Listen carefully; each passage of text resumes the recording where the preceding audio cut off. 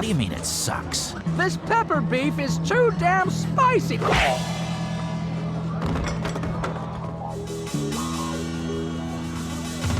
What are you talking about?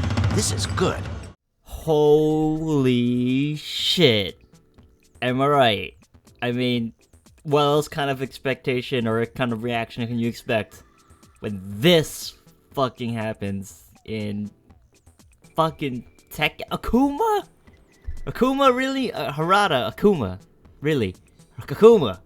I mean, wow. You know, when the Tekken 7 trailer first came out at Evo 2014, and people saw that guy in the background, and they were like, it looks like AKUMA. It's probably AKUMA. It's funny. It's like, everyone's like, that's a good joke. Nah, it's probably Jinpachi. And then it was AKUMA? I'm like, what universe are we living in? Is this like the crazy universe? Is this the Deadpool universe? Or Sheo Gorath? Or like random shit happens all over the place? Like, wow. AKUMA, so I guess let's get into it. So okay, if you don't know what's going on, which you should, because it's even the most trendy thing on Facebook. I mean, come on. Recently, yesterday, December 12th, 2015, at the Tekken 7 Global Championship in Tokyo, Japan, which was a very entertaining tournament. If you did not watch it, you should definitely check out the archives on Twitch, because it was quite a show. It wasn't very as dominant as it was last year. There was a lot of back and forths. And at the end of the tournament, Harada said, "Hey, we got a special announcement for you guys." And he played this trailer, and he started off talking about how, like, talking about the story of Tekken 7 was like, oh, you know, Kazumi likes loves Heihachi, and you know, there was someone that Kazumi promised to kill Heihachi, but if she could not do it, she asked someone to do it for her. And as the trailer shown, which is all over YouTube now, leaked all over the place, it was actually AKUMA from the Street Fighter series, if you are not familiar. And it's wow. Well, first, some background information. If you don't know who AKUMA is, which I'm gonna be shocked if you don't know who he is, but just in case you don't, AKUMA is the primary, like, he's not really a villain, but he's certainly a dark, neutral character in the Street Fighter series. He's one of the series' main, like, powerhouse characters. Like, he's one of the strongest characters from the Street Fighter series. He is a master of the Dark Hado, the Satsui no Hado, which is basically the dark ki, the dark chi, whatever. The energy that flows through the Street Fighter universe. He is master of the dark side version of it, which, you know, relies heavily upon emotions like anger and dark side. It's basically the dark side, whatever. But Akuma's not necessarily a bad guy, as he is much a Blood Knight kind of character. He just loves to fight, proves he's the strongest, and he's always trying to corrupt Ryu into turning into the Dark Hado, because he's like, then he will unlock Ryu's true potential. He doesn't really want to take over the world, he just wants to be the strongest fighter ever. However, of course, we have to talk about the elephant in the room, as that is AKUMA. From the trailer, we can see that he has a Shoryu, which had armor, so that's probably going to be his Power Crush move. Although, I won't want to say Power Crush because it had a different animation. As you can see, AKUMA's animations are pretty much spot on with his Street Fighter self. He's got his jump-ins, you know, his closes, his shorts, his meaties, his light, medium, heavies, his far ranges, jumping attacks, overheads, even the Tatsumaki, of course, and of course, you know, the Hadoken. All these animations look very, very, you know, pretty much spot on with the Capcom version, which is a good job on Namco's part. But also the fact that these special moves seem really out of place in Tekken, in a game that does have really, you know, wild moves here and there. But I mean, like the hit spark effects, the just the way that AKUMA performing them is a bit odd in the Tekken universe, and that makes me believe that his moves will have unique properties when compared with other characters. It's probably something that's going to make him somewhat of a gimmick character, but at this point, who knows how the hell he's going to play, because he's, right at this moment, he's going to be the only character probably with any viable projectiles, because, you know, the AKUMA rocket shit is something only used for gimmicks, and for AKUMA, while it is a gimmick, it's obviously going to be a part of his playstyle, but as you can see in the trailer, Heihachi was able to sidestep them, so I'm gonna think that, Namco is somewhat basing this on Algol's fireballs from Soul Calibur 4 and 5, where if you fired a straight one, you could sidestep it, but at the same time, Algol was able to fire two fireballs to, perpendicular to the opponent character so that it would prevent them from sidestepping. I don't think Akuma will have something like that, but it'll be interesting to see how Namco implements the fireball mechanic, because it seems that it comes up pretty fast, because if it didn't come out fast, then it would just be useless in this game, because then everyone would just know to sidestep it. It has to be something that's going to come out quick, and that's going to be able to be used as a projectile. Whether Akuma will have chip or not is also really important, because, in the Street Fighter, in the high-level play, not everyone gets hit by projectiles. It's all about, like, taking chip damage from projectiles. It's really interesting to see how the fireball mechanic's going to work, whether it's going to have chip or not, or whether that'll implement, how it will affect his gameplay. And another thing to think about is, Street Fighter works on a different button notation, and by button notation, I mean, like, their buttons are actually different. Like, if you don't know Tekken, of course, it works on a limb system, which, like, square left punch, triangle right punch, circle right kick, X left kick, 1, 2, 3, 4, that kind of thing. But Street Fighter does not work on that property. It works on a light, medium, heavy, like light jab, medium jab, heavy jab, light kick, medium kick, round, heavy kick. And obviously those are 6 buttons, and we don't have that for Tekken. So, and I don't think that they're gonna make Akuma play like that. That would be just extreme gimmicks if they did make him play like that. What they will probably do is just pick the best moves out of his, normals moveset from Street Fighter and just implement them into his default 1, 2, 3, 4. And if, of course, like, Tekken characters have at least 70 moves minimum for a move list. I've seen actually, I think one character is about 60. And how is Akuma gonna pair up to that? Because, Street Fighter characters have at best around 15 moves at best. That's probably the most a Street Fighter character will have, with a combination of all their versions of their specials, all their supers, all their ultras, and all versions of their light kick, medium kick, right kick. I mean, light, medium, heavy kick. Etc., etc., etc. So I'm interested to see how Namco will implement this. Maybe Akuma will just have less moves, that kind of thing. And of course, Akuma is doing his signature super. Or actually, I'm not even sure if it's an ultra. Either way, his signature ultimate attack, which would be the Raging Demon, very specific input move, and it is the very iconic Akuma presses a lot of buttons, and then he moves forward, he glides forward, not even touching the floor, and then he passes through you, does a lot of hits quickly, and then you're on the ground and does a lot of damage. I'm gonna be certain that this will be his Rage Art. But I'm, interested because I'm pretty sure Namco would try to implement his Rage Art notation into the game, rather than just having a one combination input like it is for a lot of characters in Tekken 7 right now. But, that might be a little bit complicated to input, like I said before, because the buttons are not exactly the same as Street Fighter. So, you never know what you're gonna get, how they're gonna implement that. There is one animation or one shot in the trailer, the reveal trailer, that makes me believe that this would not be his Rage Art. It's this, this ground punching thing. But then again, that could just be an intro pose, so who knows. Also of note, in this shot where Heihachi is dodging the fireball, you can see that it's glowing yellow as opposed to its normal purple as Akuma's primary color. This makes me believe that he will have EX versions of his special attacks, which I'm gonna guess will have special properties of some sort. I don't know, but the thing is, I don't know how they're gonna implement them, because Tekken does not run on a meter system, and in Street Fighter, EX moves, which if you don't know is special attacks augmented by a meter bar, which gives it a second property, usually more damage, or another another alternative effect, like a counter in Tekken basically would be an EX move in Street Fighter. So I'm actually really interested in how they're going to implement the EX moves into Tekken, since it has no meter system. It might be a just frame kind of thing, where you have to input the Hadouken motion at a specific frame or link, and then you'll be able to get that. EX version, which who knows what it'll do. It might come up faster, it might do more damage. This could be the new, Dragunov, instant running too. Oh, you gotta land those just frame Hadouken, just frame Tatsus. However that's gonna work.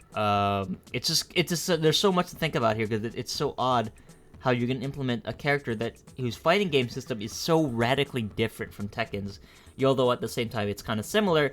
the ground mechanics are just way different, and it's gonna be really interesting to see how they're gonna do it. Another input is, you know, coming in overheads and, you know, coming in with like a jump in or cross ups. Like, these mechanics aren't very fleshed out in Tekken, so I'm wondered how they're gonna make Akuma a Tekken character, because now he's gonna have to rely on jabs and pokes and with punishing. He can't do everything like, you know, all the other Street Fighter characters can, and that is jump ins, crossovers, cross ups rather. And overheads, like those kind of mechanics are not gonna be the same in Tekken, so they're really gonna make him a Tekken character. So that's gonna be really, really, really interesting. Another of the crazy things about Akuma is that this is probably the strangest contrivance in any plot I've ever seen in a video game, and that includes Metal Gear, because not even Hideo Kojima was brave enough to put a character from another company's video game into the main story of his game. Harada was like, oh no, we need Akuma to be in this game. And it's just like, it's weird. I mean, this Akuma isn't a guest character here. He isn't Ezio, he isn't the apprentice, he's not Yoda, Darth Vader, he's not like Lloyd or whatever. He's not a guest character. He's in the story. He is the person Kazumi wanted to kill Heihachi for. Or that made no sense. Kazumi wanted Akuma to kill Heihachi. This is in the story. You know, those heavy like cutscenes that we got for the reveal trailer of Tekken 7, those super serious, deep, like, you know, like, oh, there's a super serious story now cutscenes. They involve Akuma, and he has dialogue. He has importance to the story, which blows my mind. I mean, what is going on? What is going on? It's like all of a sudden Mario is like fighting Bowser, and then he calls up a codec, and Solid Snake is there, and Solid Snake comes in with a rocket launcher and shoots Bowser with like a fucking stinger or something. And then they're like, okay, let's go back, and it's whatever. It's like Link is walking around Hyrule, and then fucking Cloud Strife is just an NPC quest giver, like, or the Chosen Undead is walking around fucking Lordran, and then one of the summons is Kirby, and then he has dialogue. Like, what is going on? What is going on? What is going on? What is going on? I don't even know. I don't even know. This is crazy. You can't even judge it, Namco's Tekken story anymore. Now it's just gone off the charts. It's kooky town. It's kooky town. It's going nuts. It's going nuts, as Mr. Spooky likes to say. It's going nuts. It's going nuts. I mean, okay, so let me bring it back down to rationality if I can. This Akuma being in the main story means three things for Akuma. One, it could mean that this is legit Akuma from the Street Fighter universe, and through the power of the Dark Hado, the Satsui no Hado, he is able to just fucking, you know, cross multiverses at will. That he just is able to just wander into one dimension in one alternate universe to the next, because fuck it, he's Akuma, he's super powerful, do whatever the fuck he wants. This could mean that the Street Fighter and the Tekken universes are just one and the same. They're just one and the same. They're just one and the same. And you know, all the Street Fighter characters, and like, you know, the tournament, the world tournament, whatever that's going on in Street Fighter, and Bison and Ryu and Ken and Chun-Li and fucking Dan, they're all, and Guile, they're all there. They're all just in the same universe. They just never interact with each other. SFXT is now canon. That's the only like possible explanation for the story I can think of. Or just Akuma is so powerful that he exists in multiple universes at the same time. I guess that's a fourth option, which is kind of like the first option, but you know what I mean. That's just how it is. I mean, wow. But okay, so enough talking about Akuma, because it's crazy, it's nuts, it's unexpected, it's man, this is a twist on the level of Metal Gear Solid 5's ending twist. I'm not gonna spoil that, but I mean, wow. All right, so that's out. That the cat is out of the bag. The elephant in the room has been discussed. So let's stop talking about Akuma for a second. Let's talk about the other things. Tekken 7, Fated Retribution. Tekken 7 Fated Retribution, which I actually like that subtitle. It's very Japanese. It's like Japanese love to combine English words that sound cool together and just put them together. Even though Fated Retribution makes a lot more sense than Bloodline Rebellion or Dark Resurrection in terms of like English, like it makes more sense. Which is an appropriate title because it's all about the past and this is all about justice and like dealing with the past, that kind of thing. This is what all about Tekken 7 is about. It's a major theme. So what do we know? We know that first of all there are new stages. There is that grass stage where Akuma fight Heihachi.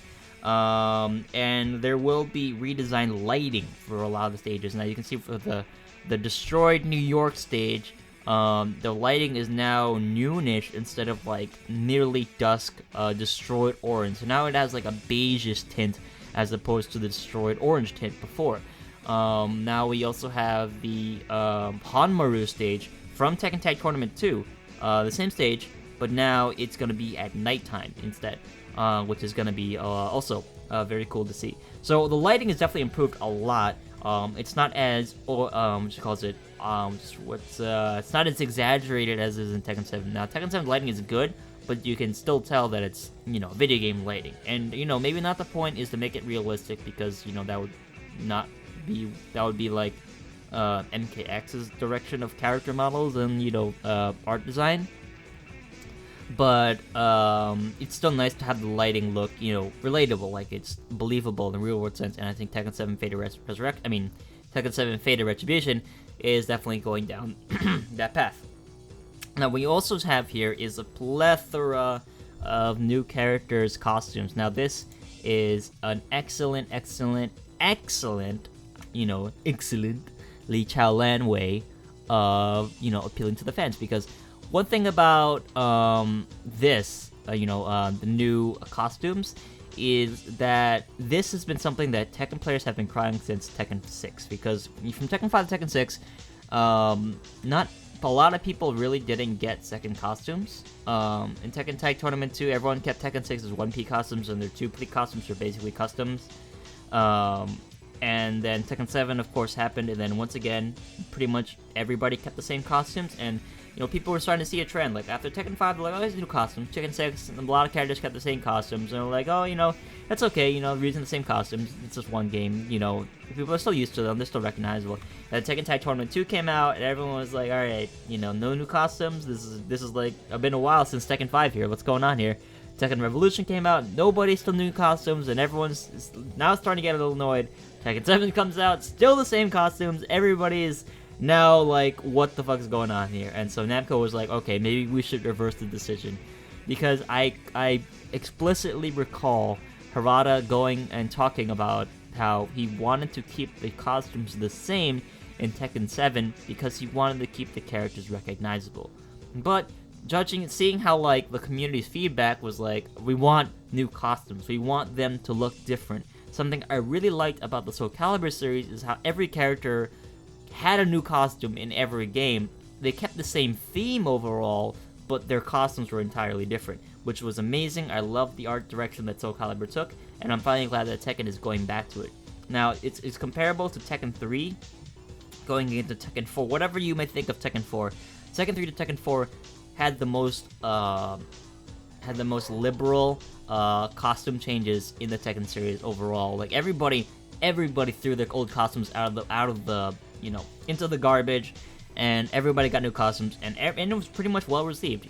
Besides Tekken 4's controversial gameplay, Tekken 4's costumes were all really well received, especially Jin's hoodie outfit, which was really memorable, and they brought it back for Tekken 7 in his Jin's new hoodie outfit, which doesn't look as cool, but it's still there.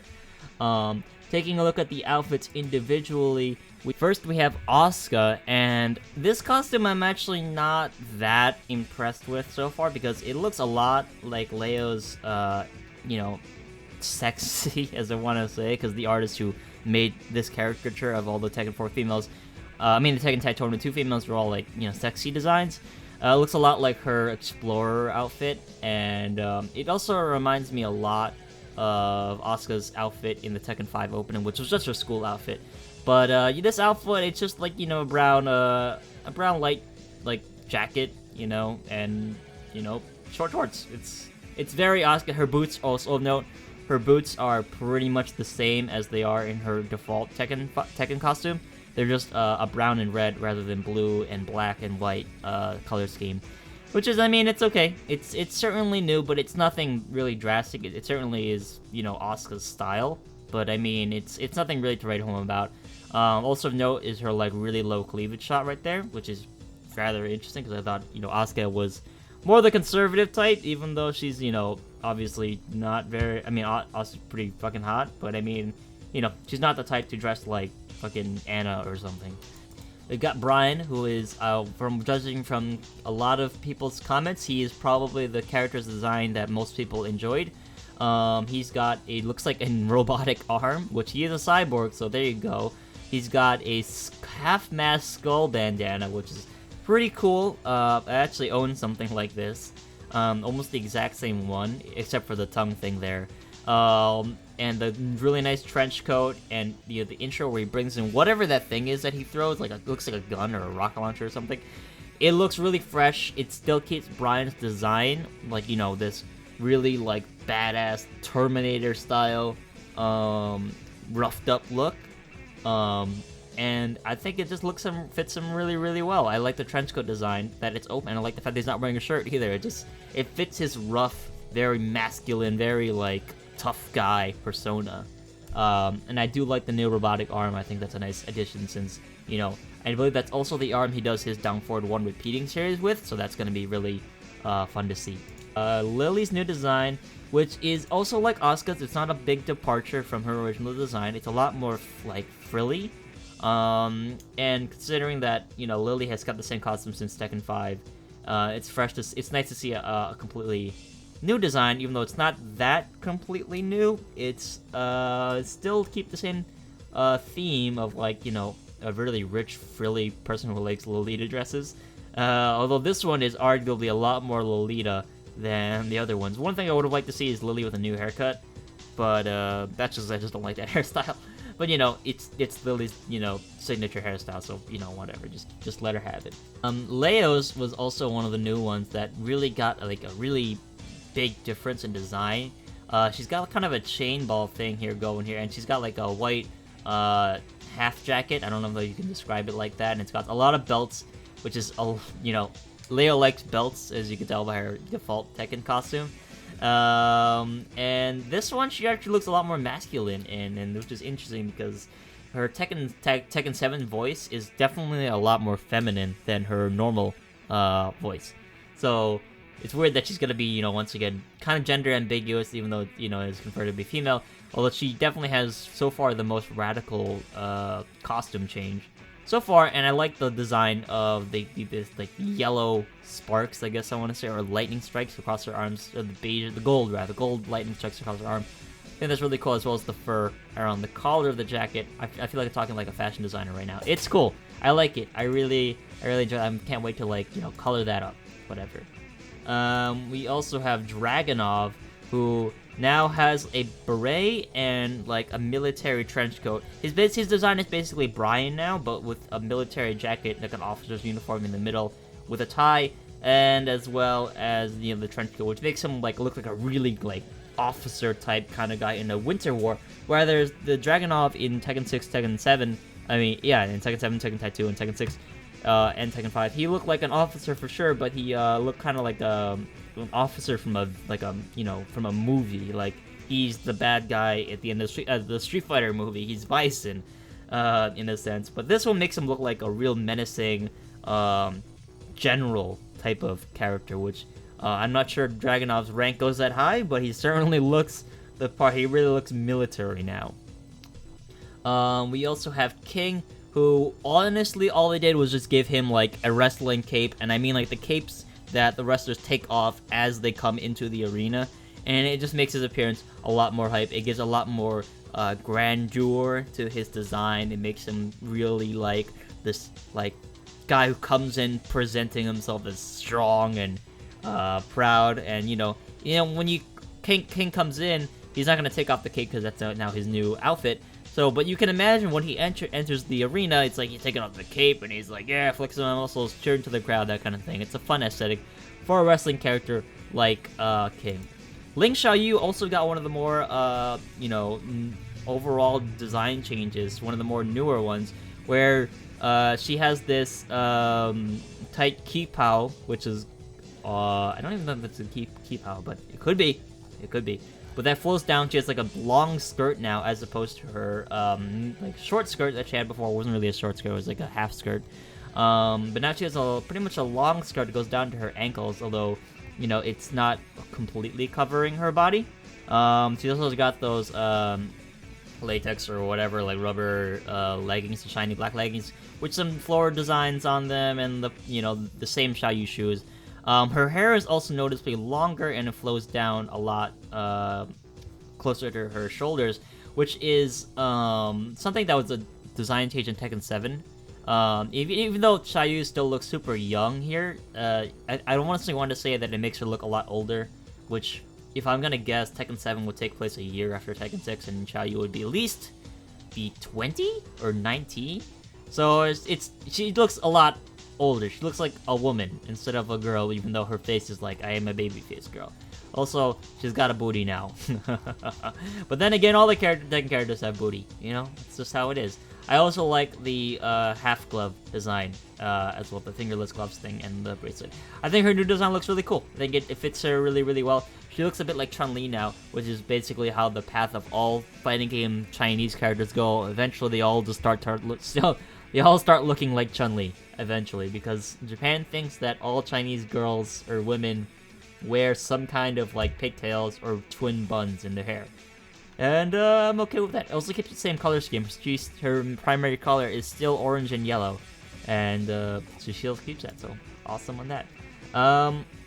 Now for the disappointing news.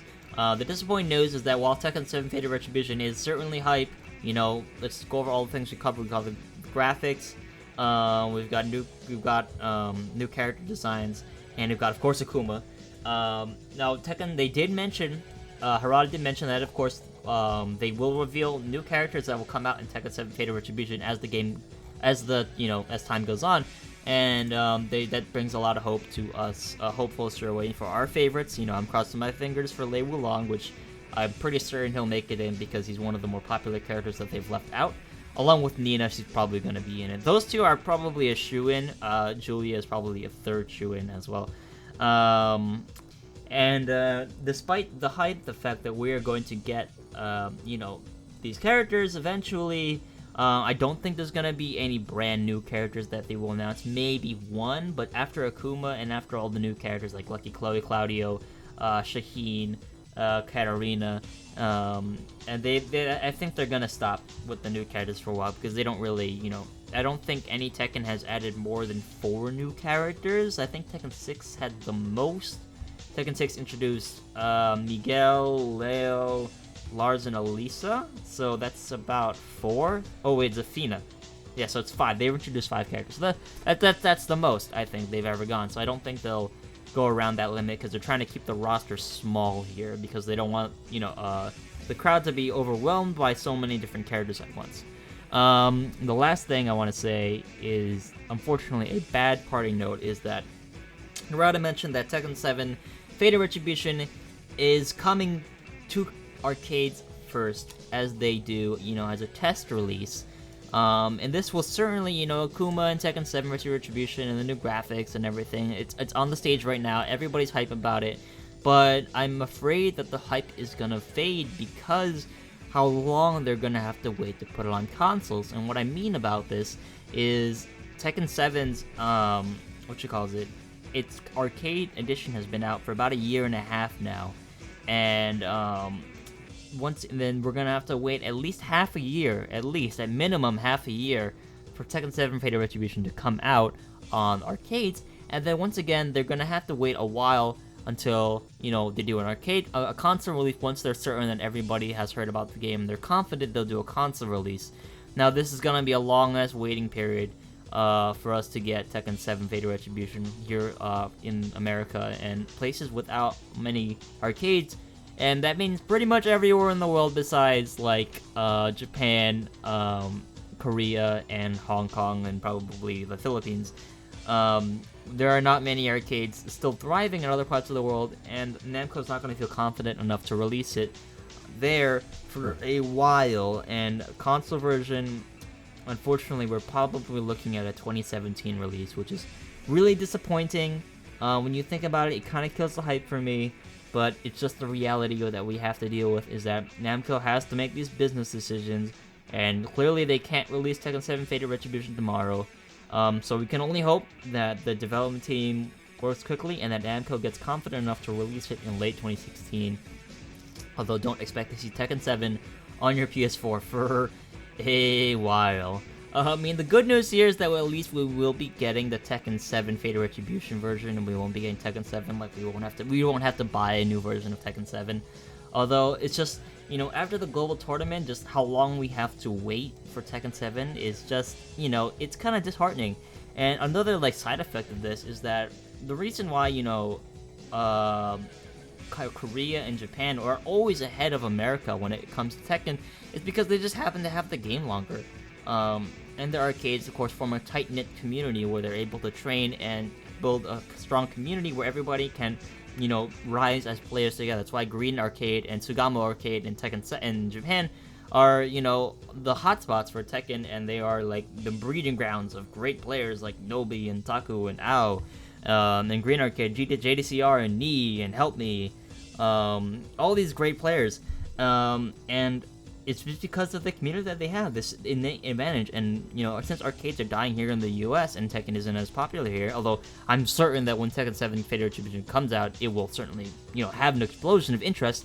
We won't have the same kind of, you know, community, well, not necessarily community, but strong, like, everybody plays together, tight-knitness that Japan has, because, you know, those guys are such dedicated players, and Korea, of course. And it's unfortunate because even if we do start building that sort of community, you know, as strong as Green Arcade, as strong as Sugamo Arcade, they just had the game longer. They've had the experience with it. They've figured out most of the stuff that we're going to figure out on day one. And it's not like just because we're watching the game we can figure out everything about it. It's a different experience watching it, a different experience playing it.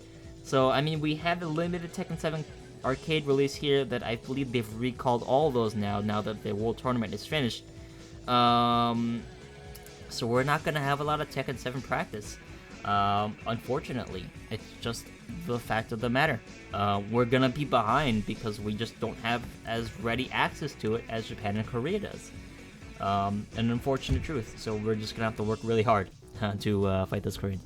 So that's about it. All I have to say about the Tekken 7 new announcement for Fated Retribution.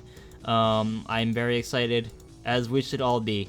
We should all be very, very excited for this. Man. So, Tekken 7 Fated Retribution. Coming to stores in a while.